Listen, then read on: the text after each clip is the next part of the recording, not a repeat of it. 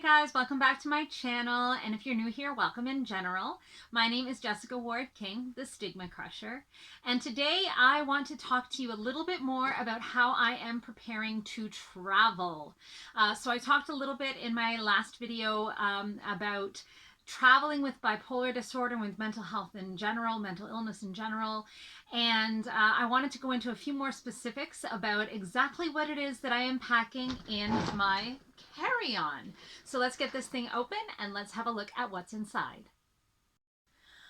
Okay, so step one with my carry-on. My carry-on's really heavy, to be honest with you, but there's a specific reason for that, and that is because I live with multiple complex disorders. So not only my bipolar disorder, but I also live with chronic migraines as well as fibromyalgia, and I've had weight loss surgery, so I've had a gastric bypass.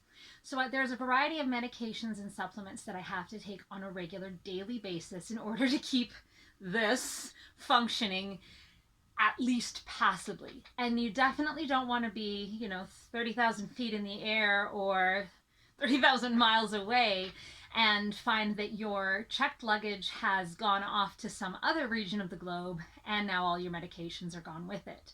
So I always travel with every single one of my medications in my carry-on. And since I'm going for just over a month, that's a lot of medications. So that's half of the carry-on. And now, relating to medication, something that I find really, really helpful when I'm traveling, and particularly when I'm traveling for this length of time, is one of these little guys. This is supposed to be a weekly pill organizer that has slots for morning, noontime, dinner time, and nighttime. I actually only take pills in the morning and at night because I am not organized or have enough memory to take them in the middle of the day. And so this thing actually does me for 2 weeks. So I can do morning, night, and I have 2 rows of 7 for 2 weeks. This is critical because I take so many medications during each day that if I have to go into each and every pill case or, like medicine bottle every day, there's a higher probability of me making a mistake than if I'm doing it all at once for 2 weeks. That way, when I get to, morning and I'm groggy and I'm kind of waking up and need to take pills, they're already all portioned out for me. And likewise at nighttime, if I'm coming in late from, dinner with friends, or if I'm just exhausted because I'm jet lagged or whatever the case is, I don't have to think. The pills are already portioned out for me.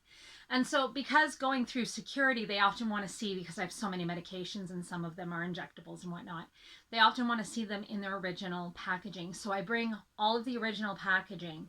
And then as soon as I get through the security checkpoint, I find myself a quiet place to sit down and portion out 2 weeks worth of medications, as well as the medications I'm going to use on the plane. And this is really important for me because, again, with the time zone and changes, I have it all plugged into my phone when I'm supposed to take what pills. But as for, being able to quickly access the pills I need to take, having a really quick and easy, I actually have it in keychain format, morning pills, night pills, and 2 different keychains, which I can show you as well. And that makes it really easy to take the medications that I need to take, both on the plane and when I'm jet lagged and I get to my destination. And the last pills related entry, I think, for this video is these guys. So this is my pills keychain. The littler one is for morning pills because they happen to be smaller, and the bigger one is for my nighttime pills because they just happen to, the actual size of the tablets happens to be larger, so they fit that way. But this makes it really easy. I can even say to my partner, can you grab me the yellow or the gold and silver keychain for my nighttime pills, or can you grab me the purple keychain for my morning pills? And it makes it really quick and easy to grab them, to take them and swallow them down and be done. Now, if you've been here for a while, you will know that I live with a deep brain stimulator. That is a device that has a battery pack that's implanted just here under my chest wall. But instead of going to my heart, the wires travel up my neck and into my head and actually go on a specific part of my brain to help reduce the depression. And in order to keep that functioning, I have to charge myself. Yes, it's just like a cell phone charger. I have to charge myself every couple days. And again, I don't want this to get lost in checked luggage, so I always have this on me whenever I fly.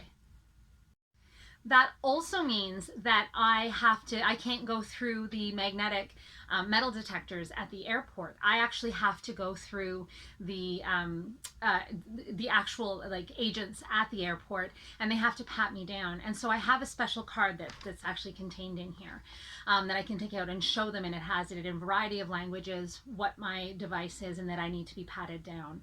And they've always been very, very good with me at the airport. I've never had anything that was uncomfortable or anything that was inappropriate at an airport. They usually use the backs of their hands to pat you down, make sure that there's nothing untowards on your person, and through you go. So all my stuff gets to go through the X-ray like normal, just not me. Another thing that's absolutely critical, and if you were here last week when I talked about flying and traveling over different time zones with bipolar disorder, you will know that it is a disorder of circadian rhythm. And so it's really important to try to get yourself from the time zone that you're at to as close to the time zone that you're going to be at with the least amount of disruption as possible. And so, whereas when I was much younger and didn't really have as many symptoms or didn't even know I had bipolar or what it was all about, I would just try to either like sleep the whole way or stay up the whole way and crash when I get there. Not exactly what the way I do it now. And something that's really critical for when I'm flying is this little kit. So this little kit contains all my earplugs are in there in case the plane is loud. I have a nice cushy eye mask, and this keeps absolutely all the light out, and it's critical for me because it's got a nice wide band that's pretty loose, so this doesn't hurt my migraines, but it doesn't hurt my head when my head is sore. And this is my pièce de résistance. This is a neck pillow, but it's not your standard airplane neck pillow. This sucker can help you sleep sitting upright without your head going to your chest. So it will actually support my neck in this position instead of the standard this position, which can really exacerbate my migraines and make me not have a good night's sleep on the plane. So I am flying red eye from London to Johannesburg, and it's a 10-hour flight, well, almost 11 hours, and that is when I am going to be getting hopefully the best sleep of my life on a plane anyway, with the help of prescribed medications. So my psychiatrist, knowing that I need to get a good night's sleep on that plane, has prescribed some sleeping aids that's going to help me fall off to sleep, drift off to sleep, and with the help of these and my earplugs, keep me asleep for the duration of the flight. For that, I'm very fortunate to have gotten seats, the three of my family and me, so my son, my wife, and myself, 3 seats against the wall. So I'm going to get the wall seat because I'm going to pass out. And my wife has frequent trips to the washroom, as does my 10-year-old, I'm sure. So they'll be sitting out next to me, and hopefully I will be out like a light. I'll let you know how it goes. In terms of being able to manage my illness while I'm away, while I'm traveling also, but while I'm actually away, something that's absolutely key is, of course, my phone. My phone is key because it has apps in it that help me to manage my illness. So there's a mood tracker app that I use. I don't want to recommend any particular one. I actually just use a free one that I was able to access. I also have pain management apps for my migraines and for my fibromyalgia that I use on my phone. And being able to keep track of those things is really critical, because when you're in a new place and there's all these different triggers, there's different foods, the pressure is different, obviously the pressure in the flights in the air and when you get to the ground, but also in a new country, in a new place, the atmospheric pressure, the weather patterns are all different. You'll find that there's new allergens in the air, for example. Obviously your sleep pattern will be different, the stressors will be different, sometimes less, sometimes more, depending on what you're doing. So being able to track those things and see where you might be able to modify if your mood or your whatever is getting worse, where you might be able to modify behaviors or triggers in order to make that better, is really critical. And also to be able to report back to, in case you have contact with a therapist or a physician at home, to be able to report back what symptoms are, what medications you've been taking, that kind of thing. I also have apps in my phone to help me remember to take my medications. And when you have a new routine and you're not in your regular bedroom where the stuff's in your bedside table or wherever it is, it can be really hard to remember to take your medication on time.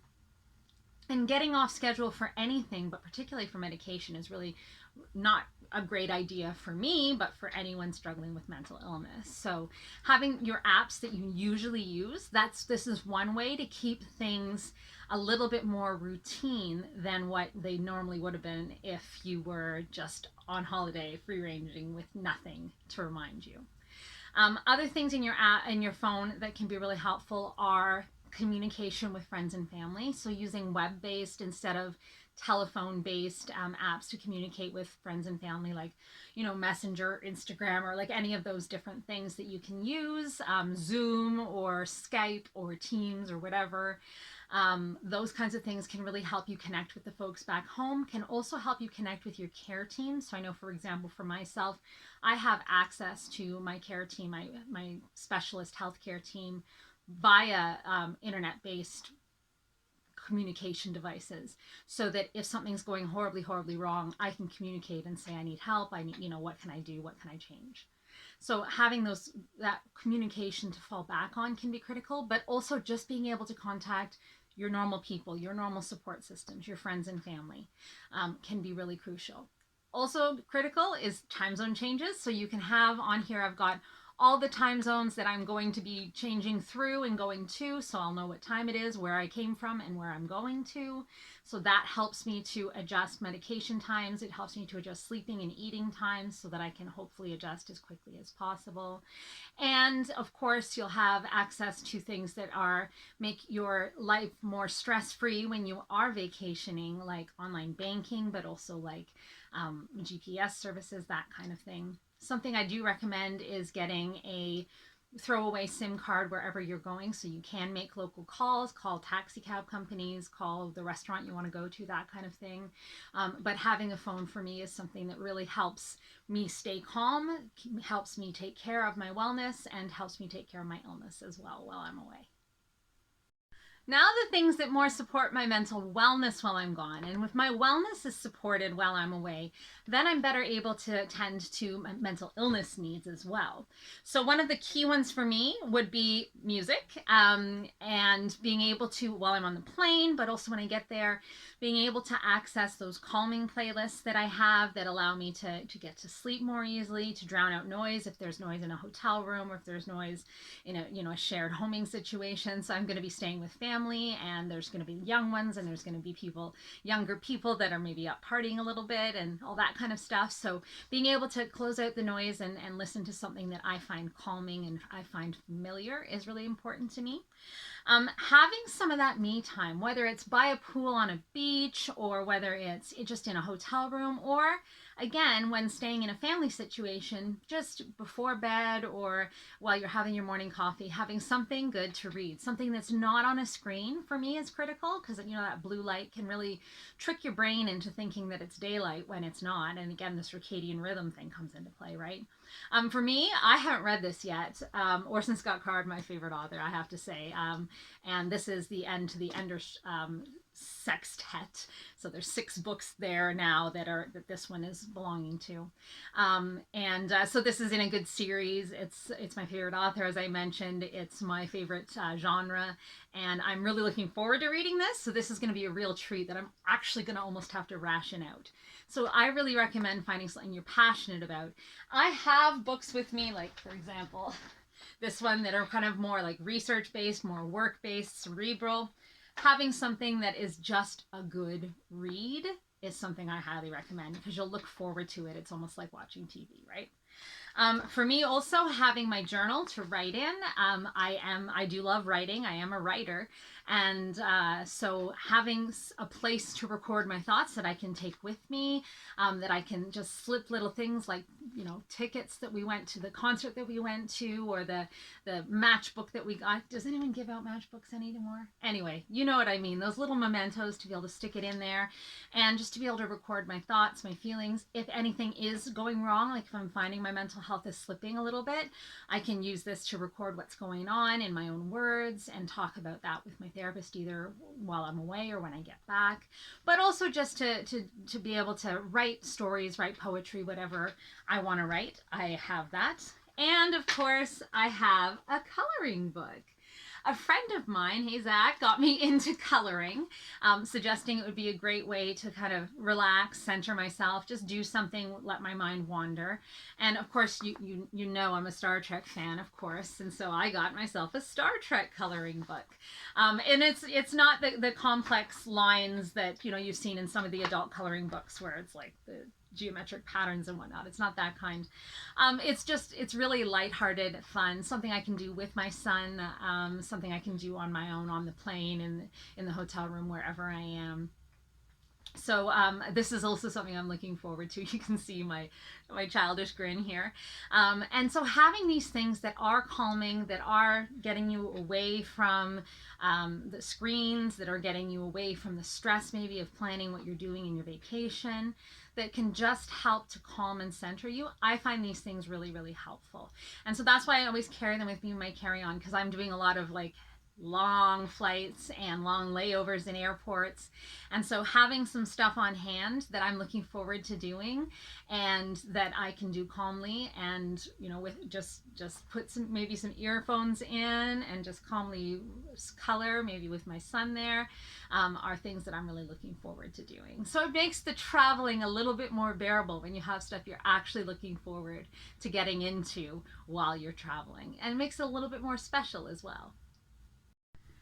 So all of this stuff is amidst my toothbrush, my hand cream, my lip balms, my different chargers and whatnot for my tablet and my phone, and a change of clothes for when I get there, because I'm coming from Canadian winter to South African summer, so change of clothes for when I get there. Amidst all of this, these are the items that I have to help me in the travel situation, and then to also make sure that when I get to my destination, I can take the best care of my mental health as possible. And I guess the last thing is this guy. This is a scarf that, as you can see, is also blanket size. So it's called a blanket scarf, of course. But this keeps you nice and warm, because airports and airplanes can be cold. It can be used as a blanket to cover yourself and snuggle and stay warm and cozy. And really, that's really what it's all about for me, is comfort. Being able to keep some of my routines. I talked about routine just a couple weeks ago.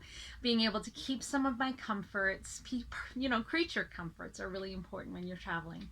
Travels are really exciting. And stressful and exciting all at the same time. And whether you're running away from a saber-toothed tiger or you're going on a trip of a lifetime to South Africa, your body doesn't actually know the difference between different kinds of stress. Stress is stress. It gets your heart pumping, it gets the blood coming from your internal organs and going to your heart and your brain, so that you're able to get away. You're either able to fight or flee or jump up and down or get excited and not sleep the night before.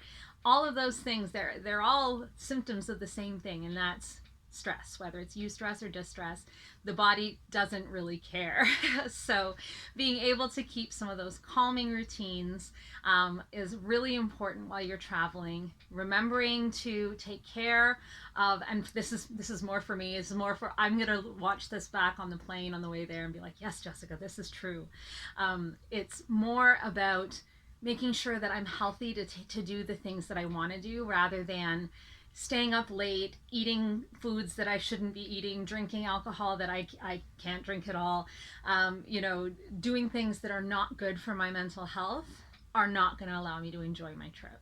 And so I've got to make sure I stay on track, I stay on a sleeping schedule, I eat the foods that I know are good for me, I make sure I get some exercise every day, and I do these calming things, take some time for myself, even when I'm there for family and I'm there for fun. Take some time to relax, take some time to be calm and to be alone, and just enjoy the time that I have. Because even though I'm there for just over a month, it's not going to be long enough, I'm absolutely sure. So I'm going to try to keep you guys updated from the road. I don't know when and where I'll have access to upload videos, but I am going to try to vlog some of this stuff and see what happens in South Africa. But you'll also see videos from me on the regular every Friday. They're going to be uploaded at 4 o'clock Eastern Standard Time every Friday afternoon. And so you'll see my regular content, but hopefully also every so often, spottily, I'm sure, you'll see some content from me, some short content about my travels and what I'm seeing and doing there and how I'm taking care of myself and being well. So I hope that you come along for this journey with me. Please do remember to comment down below anything that you're wondering about the trip, anything that you're wondering about how it's going, or any content you'd like to see. I'd love to hear from you. And please, I won't be engaging quite as much on social media, I doubt, because I don't think I'll have as much access to the internet. I usually tweet and gram every day about this stuff, but I won't be. So please do continue to engage with my content, and I will be seeing you full on in the new year. Take care of yourselves, everyone. Bye. Stigma Crusher.